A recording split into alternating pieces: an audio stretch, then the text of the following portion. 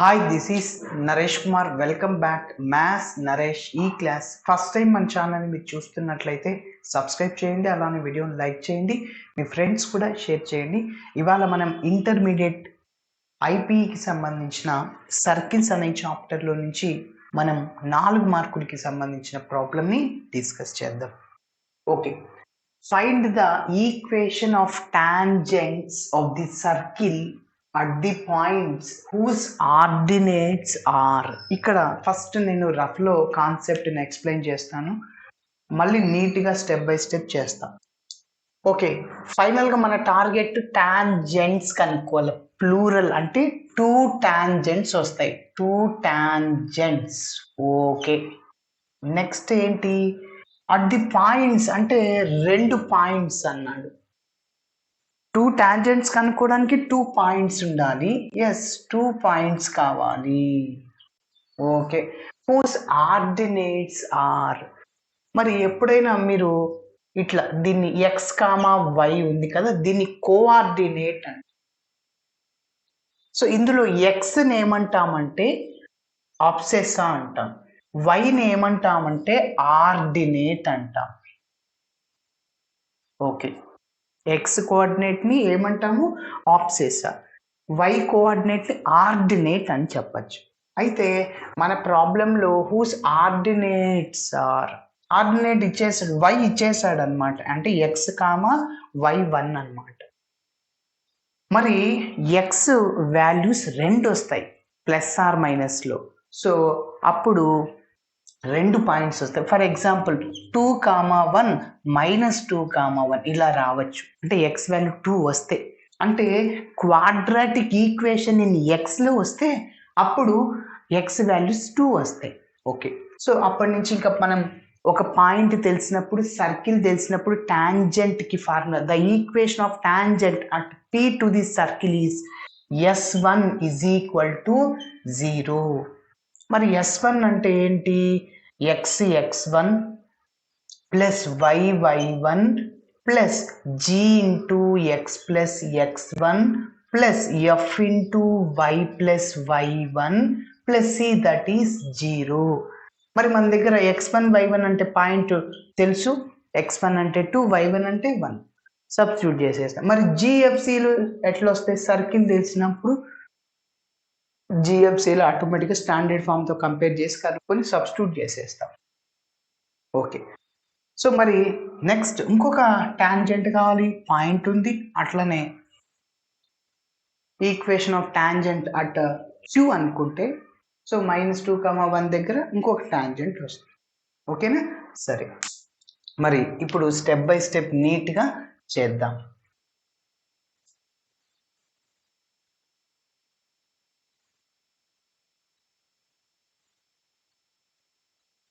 Okay, so first ఒక చిన్న rough diagram అంతే. సో టాంజెంట్ అంటే ఏంటి? టాంజెంట్ టు ది సర్కిల్ అంటే ఎప్పుడైనా ఒక సర్కిల్ని ఒక లైన్ టచ్ చేస్తుంది, దాన్నే టాంజెంట్ లైన్ అని చెప్పచ్చు. So this is a circle అనమాట. ఒక 2 టాంజెంట్స్ ఇక్కడైనా ఉండొచ్చు, ఇక్కడైనా ఉండొచ్చు, ఎక్కడైనా మీ చాయిస్, ఎక్కడైనా ఉండొచ్చు. 2 టాంజెంట్స్ని కనుక్కోండి అని. ఓకే, సో మరి ఇందులో మనకి ఇక్కడ పాయింట్ అనేది మనకు తెలుసు కాబట్టి డైరెక్ట్గా నోట్ చేస్తున్నా. ఎక్స్ కామా వై ఆర్డినేట్ అన్నాడు కాబట్టి 1 అన్నమాట. ఓకే, సరే, ఈ 2 టాంజెంట్స్ మనం కనుక్కోవాలి. అంటే 2 పాయింట్లు, ఒక పాయింట్ ఇక్కడ రావచ్చు, ఇంకొక పాయింట్ ఇక్కడ. ఓకే, సరే, మరి ఫస్ట్ నేను జిఎఫ్సి వాల్యూస్ని కనుక్కుంటా. ఎందుకు? S1ని కనుక్కోవడానికి మనకు అవసరం వస్తుంది. Okay, so first given circle is,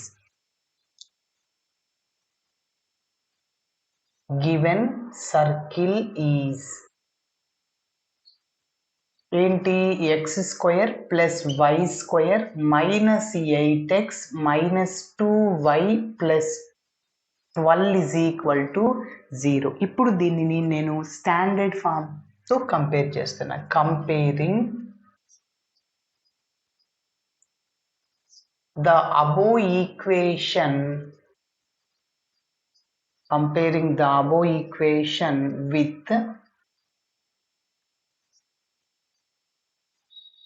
దేంతో కంపేర్ చేస్తున్నా అంటే x square plus y square plus 2gx plus 2fy plus C is equal to 0. దీంతో కంపేర్ చేస్తే మనకు జిఎఫ్సి వాల్యూస్ వస్తాయి.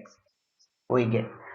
మరి జి ఎట్లా? ఎక్స్ కోఎఫిషియంట్ మన ఫార్ములాలో 2g, మన ప్రాబ్లంలో ఇచ్చిన సర్కిల్లో ఎక్స్ కోఎఫిషియంట్ -8, రెండింటిని ఈక్వేట్ చేయండి.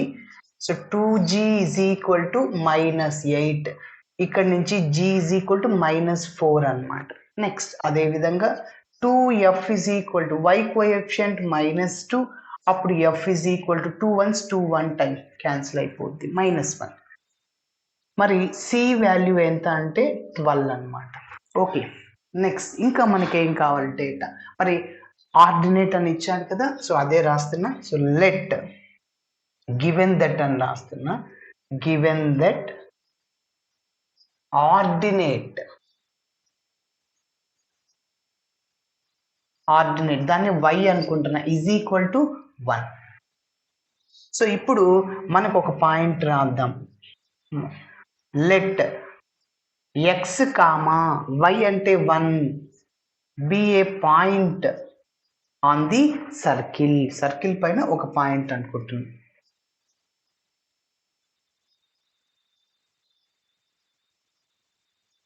B a point on the circle. Okay, మరి ఇక్కడ next, since this point lies on the circle. ఇంక మన టార్గెట్ ఏంటి? 2 పాయింట్స్ కనుక్కోవాలి. ఓకే, మరి ఈ ఎక్స్ కామా వై అనే పాయింట్ సర్కిల్ని టచ్ చేస్తుంది అంటే సర్కిల్లో ఉంది. అప్పుడు ఈ ఎక్స్ కామా వైని ఇందులో సబ్స్టిట్యూట్ చేసామనుకోండి, వై వాల్యూ 1 అయిపోద్ది, ఎక్స్లో ఒక క్వాడ్రాటిక్ ఈక్వేషన్ లాగా వచ్చేస్తుంది. అప్పుడు ఎక్స్ వాల్యూస్ 2 వస్తాయి. ఓకే, సరే. Since x comma y lies on the circle,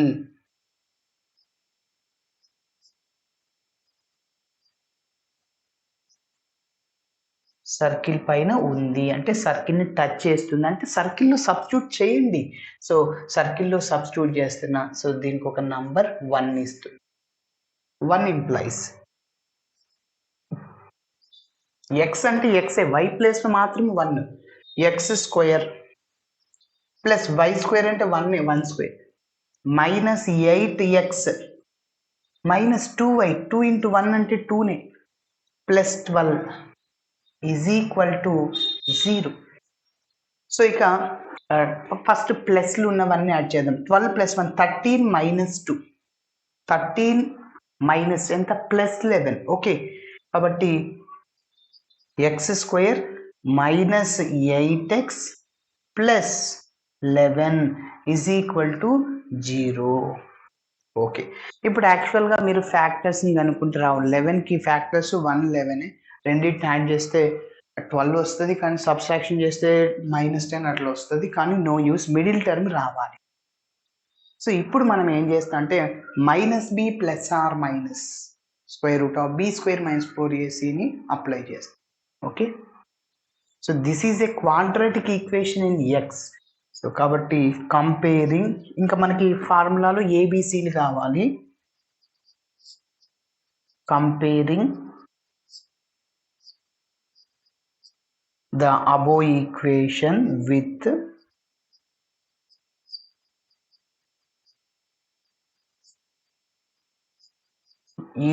ax² plus bx plus c is equal to 0 we get. మరి x² కోఎఫిషియంట్ a అన్నమాట.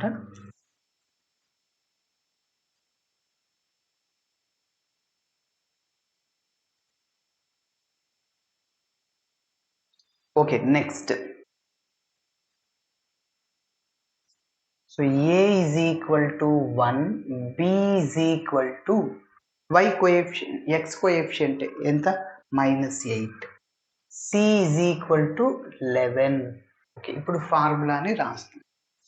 So x is equal to -b ± √b² - 4ac by 2a.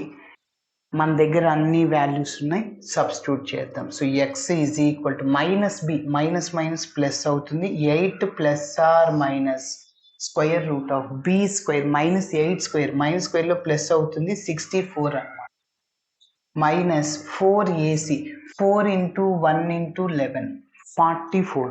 Okay, divided by 2a, 2 into 1 అంటే 2 అన్నమాట. Next so x is equal to 8 plus or minus 64లో 40 తీసేస్తే ఎంత అంటే 20 అన్నమాట. Okay, so divided by 2. 20ని మనం 4 ఇంటూ 5 రాయొచ్చా? సో రూట్ 20ని so root 4 into 5, so root 4 అంటే 2, ఇంకా రూట్ 5 అన్నమాట, అట్లనే ఉంటుంది root 5. So x is equal to 8 plus or minus 2 root 5 divided by 2. ఇప్పుడు చూడండి, న్యూమరేటర్లో నుంచి నేను 2ని కామన్ తీస్తున్నా. ఎక్స్ ఈజ్ ఈక్వల్ టు 2ని కామన్ తీస్తే ఇంకా 4 plus or minus root 5 divided by 2 అనమాట. మళ్ళీ 2 క్యాన్సిల్ అవుతుంది. So x is equal to 4 plus or minus root 5. Okay, మరి ఇప్పుడు points, therefore the points on the circle are 1. X అంటే ఏంటి? 4 ప్లస్ రూట్ 5 కామా వై అంటే 1. రెండో point 4 minus root 5 comma 1 y అంతే, కామన్ అన్నమాట రెండిటికి. ఓకే, సరే అదే రాస్తున్నా.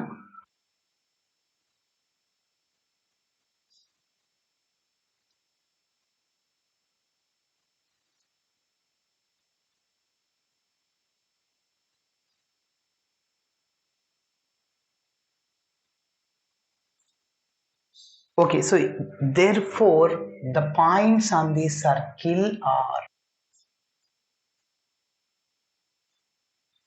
the points on the circle are, okay ఏంటో రాసేస్తున్నా. సో ఒకటేమో 4 ప్లస్ రూట్ 5 కామా 1 అన్నమాట, ఇంకొకటి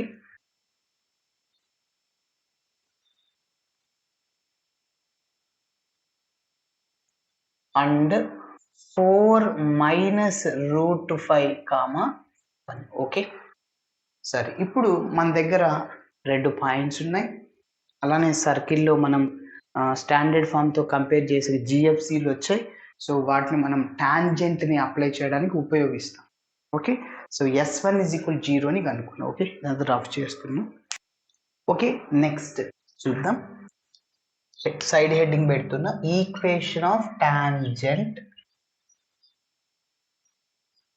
equation of tangent at 4 plus root 5 comma 1. Okay,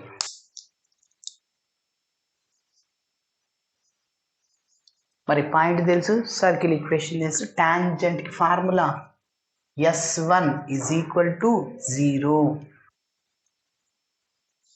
Therefore, the equation of tangent, the equation of tangent at 4 plus root 5 comma 1 to the circle is, to the circle, మన circle ఉంది కదా, ఆ circle is S1 is equal to 0.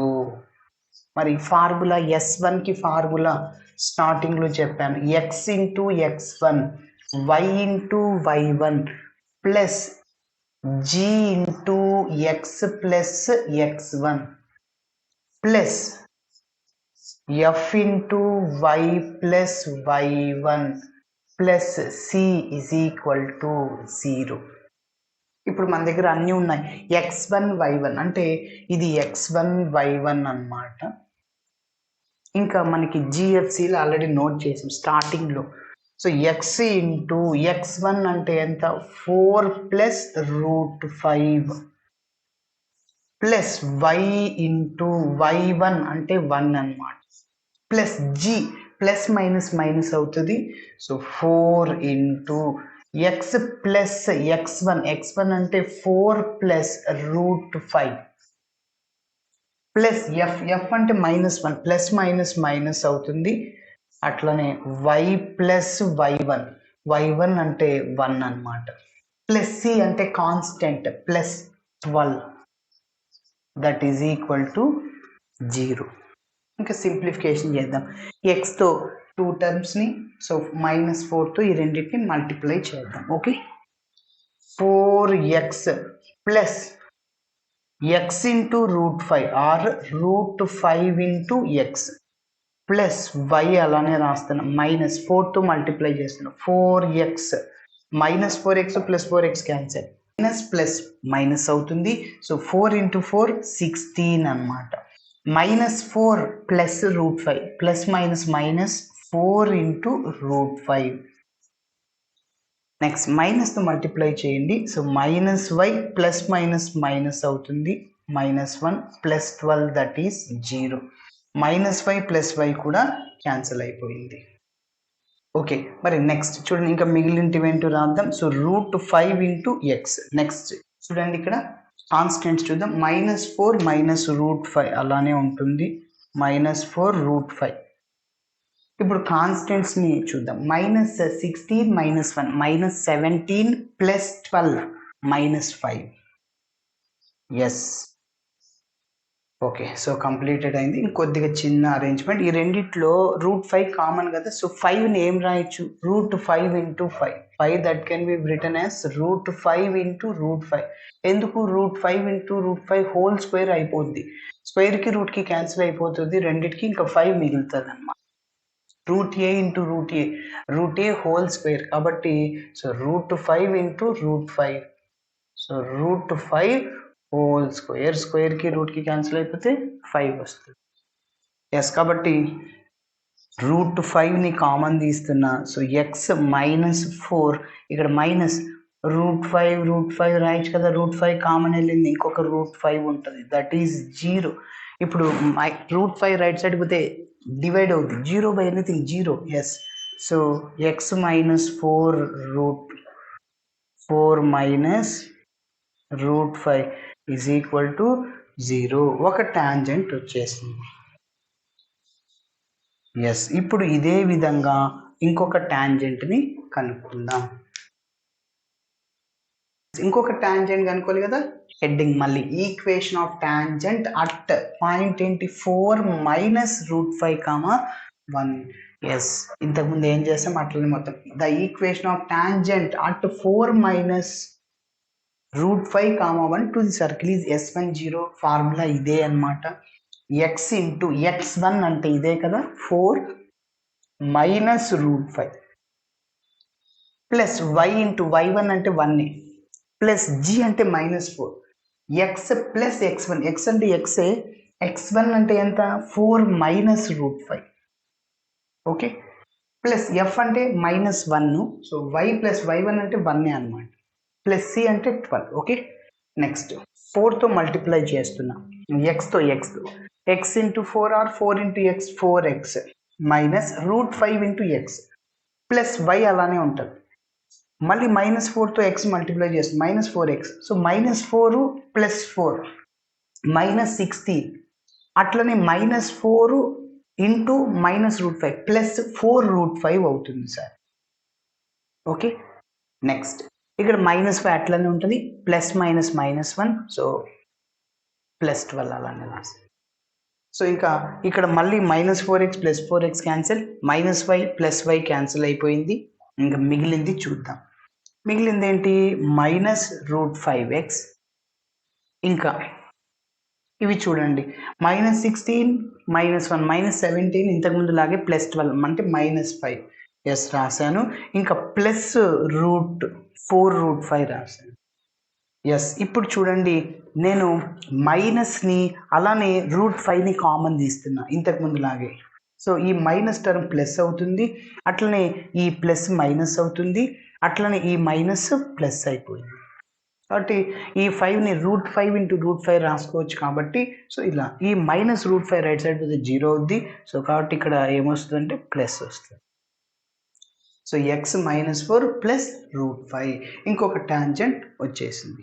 ఇంతకుముందు ఏమొచ్చింది x -4 minus √5 ఇది ఒక tangent.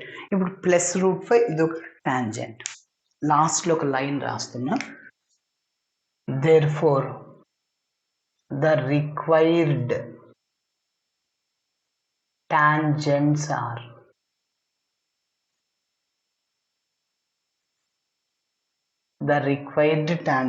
ఒకటేమో x -4 minus √5 is equal to 0 and x -4 plus √5 is equal to 0. Okay, so ఫైనల్గా ఇలా చేయాలి.